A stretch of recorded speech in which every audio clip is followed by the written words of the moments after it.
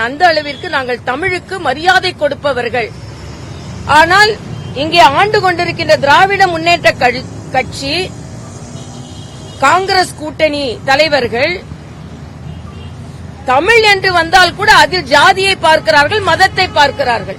தமிழை கொண்டாடுவதில் கூட ஜாதி வேற்றுமை, மத வேற்றுமையை பார்த்து தமிழில் கூட பிரிவினையை ஏற்படுத்தியவர் திராவிட முன்னேற்ற கழகத்தை சார்ந்தவர்கள்.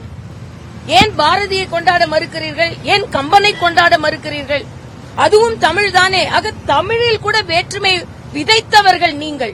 திராவிட முன்னேற்ற கழகத்தை சார்ந்த அமைச்சர்கள் ஏறக்குறைய 9 பேர் மேல் ஊழல் குற்றச்சாட்டு இருக்கிறது. யார் அரசாங்கத்திற்கு தடையாக இருக்கிறார்கள்? தடை என்று சொல்கிறீர்கள். முதல் மின் தடையை நீங்கள் தடை செய்யுங்கள். எந்த தடையை நாங்கள் தாண்டி கொண்டிருக்கிறோம் என்றால் மின் தடையை கூட நீங்க தாண்டல. சாமானிய மக்கள், நேற்று எங்க வீட்டுக்குள்ள பக்கத்துல உள்ள மக்கள் வெளியே வந்துட்டாங்க.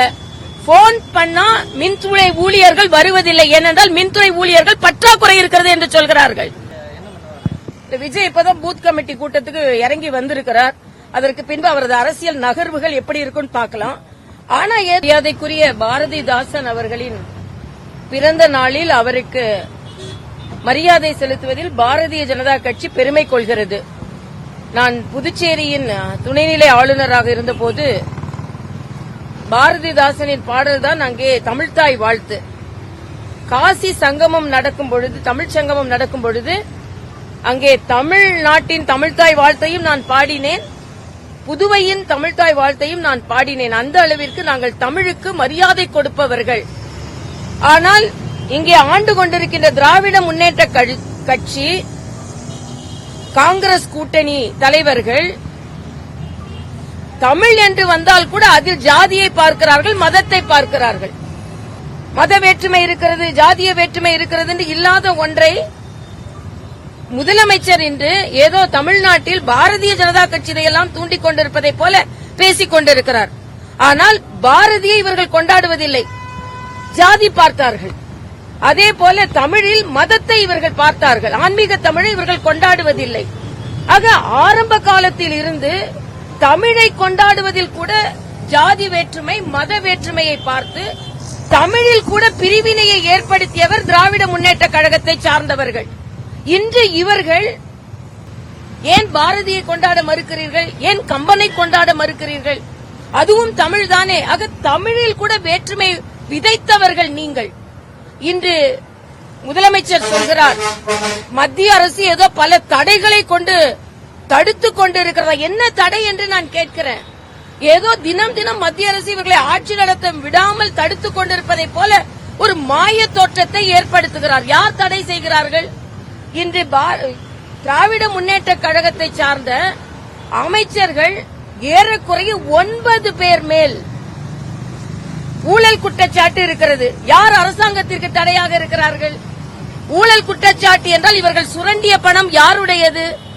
தமிழக மக்களிடையது. எதற்கெடுத்தாலும் மத்திய அரசிடம் இருந்து நிதி எங்கேன்னு கேட்டா இன்னைக்கு இவர்கள் சுருட்டிய பணத்தை எடுத்து பார்த்தால் அதை விட அதிகமாக இருக்கும். இன்னைக்கு ஐ பெரியசாமி உட்பட அவருக்கு குற்றச்சாட்டு நிரூபிக்கப்பட்டிருக்கிறது. ஆக நீங்கள் ஆட்சிக்கு வருவது எதற்காக என்றால் மக்களின் பணத்தை சுரண்டுவதற்காக. இங்கே காஷ்மீராக விடமாட்டோம் என்று சொல்கிறார். அது மக்களின் நல்ல எண்ணம். மக்கள் ஒற்றுமையாக வாழ்ந்து கொண்டிருக்கிறார்கள். ஆனால் நீங்கள் வேங்கை வயல். இதுவரைக்கும் எந்த ஆட்சியிலுமே குடிதண்ணீரில் மலம் கலக்கப்படவில்லை. திராவிட முன்னேற்ற கழக ஆட்சியில் குடிதண்ணீரில் மலம் கலக்கப்பட்டிருக்கிறது. பள்ளி குழந்தைகளிடம் ஜாதிய வேற்றுமை இல்லை, இதுவரைக்கும் இல்ல. ஆனா பள்ளி குழந்தைகளிடம் ஜாதிய வேற்றுமை விதைக்கப்பட்டிருக்கிறது திராவிட முன்னேற்ற கழக ஆட்சியில. இன்று இந்து மக்கள் எந்த இடத்திலும் புறக்கணிக்கப்படவில்லை. ஆனால் மத வேற்றுமையை ஒரு விழாக்கு வாழ்த்து சொல்லக்கூடாத அளவிற்கு கூட மத வேற்றுமையை விதைத்துக் கொண்டிருக்கிறார் முதலமைச்சர் அவர்கள். இன்றைக்கு முதலமைச்சர் எந்த தடையும் இல்ல, நாங்க தடைகளை தாண்டுவோம் சொல்றாருல. மத்திய அரசு தடையெல்லாம் கொண்டு வரல, மின் தடையை இன்னைக்கு மாநில அரசு தான் ஏற்படுத்தி கொண்டிருக்கிறது. நைட்ல நிறைய அணில்கள் ஓடுகிறது என்று நான் நினைக்கிறேன். நேற்று எங்க வீட்டுல மட்டும் 3 முறை மின்தடை ஏற்பட்டு இருக்கிறது. ஆக முதல்ல பகல்ல அணில் ஓடிக்கொண்டிருந்த அணில் இரவுல ஓடுகிறதா? தடை என்று சொல்கிறீர்கள். முதல் மின் தடையை நீங்கள் தடை செய்யுங்கள். எந்த தடையை நாங்கள் தாண்டி கொண்டிருக்கிறோம் என்றால் மின்தடையை கூட நீங்க தாண்டல. சாமானிய மக்கள் நேற்று எங்க வீட்டுக்குள்ள பக்கத்துல உள்ள மக்கள் எல்லாம் வெளியே வந்துட்டாங்க. போன் பண்ணா மின்துறை ஊழியர்கள் வருவதில்லை, ஏனென்றால் மின்துறை ஊழியர்கள் பற்றாக்குறை இருக்கிறது என்று சொல்கிறார்கள். மின்துறை ஊழியர்கள் பற்றாக்குறை.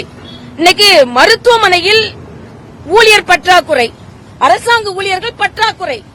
ஆக எல்லா தடைகளையும் தாண்டணும். ஒரு மின் தடையை தாண்டுங்க, அதுக்கப்புறம் நீங்க தடைகளை தாண்டுறீங்களா இல்லையா நாங்க பாக்குறோம். இல்லாத தடைகள் ஏதோ மத்திய அரசு டெய்லி உங்களுக்கு தடை போட்டு கொண்டிருக்க மாதிரியும், அது இவர்கள் தாண்டி கொண்டிருக்க மாதிரியும், பாம்பு நரி இன்னும் யார் யாரெல்லாம் இருக்கும் அணில கண்டுபிடிங்க. இரவுல எந்த அணில் ஓடுதுன்னு கண்டுபிடிச்சு மின்தடையை தடை செய்யுங்க, அதுக்கப்புறம் நம்ம பார்க்கலாம். அதனால முதலமைச்சர் ஒரு பெரிய தோற்றத்தை கொண்டு தோல்வி அடைந்து கொண்டிருக்கிறது திராவிட முன்னேற்ற கழக அரசு. இதை மாற்றுவதற்காக, இதை மக்களை ஏமாற்றுவதற்காக, ஒரு பொய் தோற்றத்தை ஏற்படுத்துவதற்காக ஏதோ மத்திய அரசு தினம் இவர்களுக்கு அழுத்தம் கொடுத்து கொண்டிருப்பதை போலையும் இன்னைக்கு ஏதோ நாங்க அடிமை கூட்டணி சொல்லி யாருக்கு அடிமையா இருந்தீங்க? காங்கிரசுக்கு அடிமையாக இருந்தீங்க. ராஜமன்னார் கமிட்டி சொன்னதை கூட நீங்க நிறைவேற்ற முடியாம நீங்க காங்கிரசுக்கு அடிமையா இருந்தீங்க. இன்னைக்கும் காங்கிரசுக்கு அடிமையாக இருந்து கொண்டிருக்கிறீர்கள். அதனால் ஏதோ கூடா கூட்டணி, அடிமை கூட்டணி என்று சொல்வதையெல்லாம் இன்றோடு நிறுத்திக் கொள்ளுங்கள். எந்த தடையையும் பாஜக மக்களுக்கு ஏற்படுத்தவில்லை. இன்று சொல்கிறேன் என்று அவர் பாரதிதாசனின் பாடலில் ஒரு அழகான ஒரு வாசகம் வரும், செந்தாமரை காடு பூத்தது போல அப்படின்னு ஒரு வார்த்தை வரும். அதே மாதிரி செந்தாமரை காடை நாங்கள் ஏற்படுத்துவோம் தமிழகத்துல. ஆக தமிழில் கூட வேற்றுமை விதைத்த நீங்கள் வேற்றுமை பற்றி பேசுகிறீர்கள். இன்னைக்கு கும்பமேளாவை பத்தி பேசுறாரு முதலமைச்சர் அவர்கள். இதே பீச்ல வானூர்தி அந்த சாகச நிகழ்ச்சியில ஆயிரக்கணக்கான மக்கள் சேர்ந்ததிலே உயிர்களை காப்பாற்ற முடியாத நீங்கள் 40-50 கோடி மக்கள் கூடிய ஒரு கும்பமேளாவை பற்றி நீங்கள் பேசிக் கொண்டிருக்கிறீர்கள். கள்ளச்சாராய மரணங்களை தடுக்க முடியாத நீங்கள் இன்று நீங்கள் பேசிக் கொண்டிருக்கிறீர்கள். ஆக ஒரு சின்ன கூட்டத்தை கூட கட்டுப்படுத்த முடியாத நீங்கள் மற்றவர்களை பற்றி பேசிக் கொண்டிருக்க. எப்ப பார்த்தாலும் தமிழ்நாட்டை முத பாருங்க, உத்தரப்பிரதேசத்தை பாரு, மத்திய பிரதேசத்தை பாரு. தமிழக மக்களை முதல்வரை தமிழகத்தை பார்க்க சொல்லுங்கள். அதைத்தான் நான் மக்களிடம் கேட்டுக்கொள்கிறேன். விஜய் இப்பதான் பூத் கமிட்டி கூட்டத்துக்கு இறங்கி வந்திருக்கிறார். அதற்கு பின்பு அவரது அரசியல் நகர்வுகள் எப்படி இருக்குன்னு பார்க்கலாம். ஆனா ஏதோ அதிமுக பாஜக கூட்டணி விமர்சிப்பவர்கள் அண்ணன் திருமாவளவனின் நிலை என்ன என்று, கம்யூனிஸ்ட்களின் நிலை என்ன, காங்கிரசின் நிலை என்ன, காங்கிரஸ்ல செல்வ பெருந்தகை துணை முதலமைச்சர் ஒரு போஸ்டர் ஒட்டினாலும் அது கிழிக்கப்படுகிறது. அண்ணன் திருமாவளவன் சுதந்திரமா ஒரு நிகழ்ச்சியில கூட கடைபிடிக்க முடியாதவர்களுக்கு, பங்கு கொள்ள முடியாதவர்களுக்கு அவர் அழுத்தப்படுகிறார். ஆக அவங்க கூட்டணி பிரச்சனை, எங்க கூட்டணி இன்று பலமாக இருந்து கொண்டிருக்கிறது. நன்றி.